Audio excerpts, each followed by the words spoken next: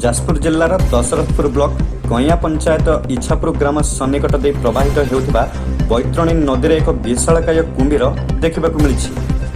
गतकाली दिन गोटाए बेले उक्त कुंभीरटी स्थानीय बासिंदा रवींद्र दास नामक जड़े व्यक्तिंकर एक गाई को नदी भितर को टाणी नेथिबार खबर मिली।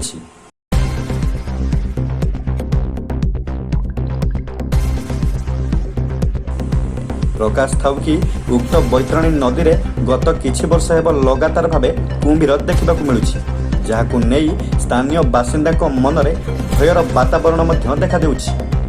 केतेबेले गृहपालित पशु तो केतेबेले स्थानीय जनसाधारण एही कुंभीर आक्रमणर शिकार हेउछन्ति।